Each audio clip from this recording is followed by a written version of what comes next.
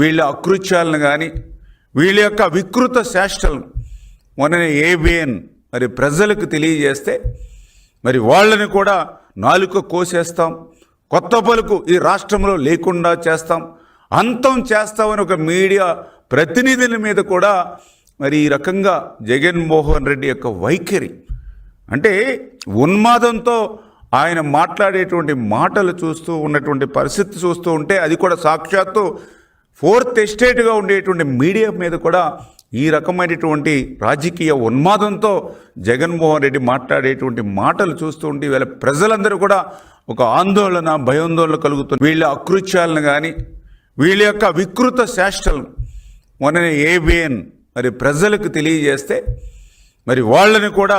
నాలుక కోసేస్తాం, కొత్త పలుకు ఈ రాష్ట్రంలో లేకుండా చేస్తాం, అంతం చేస్తామని ఒక మీడియా ప్రతినిధుల మీద కూడా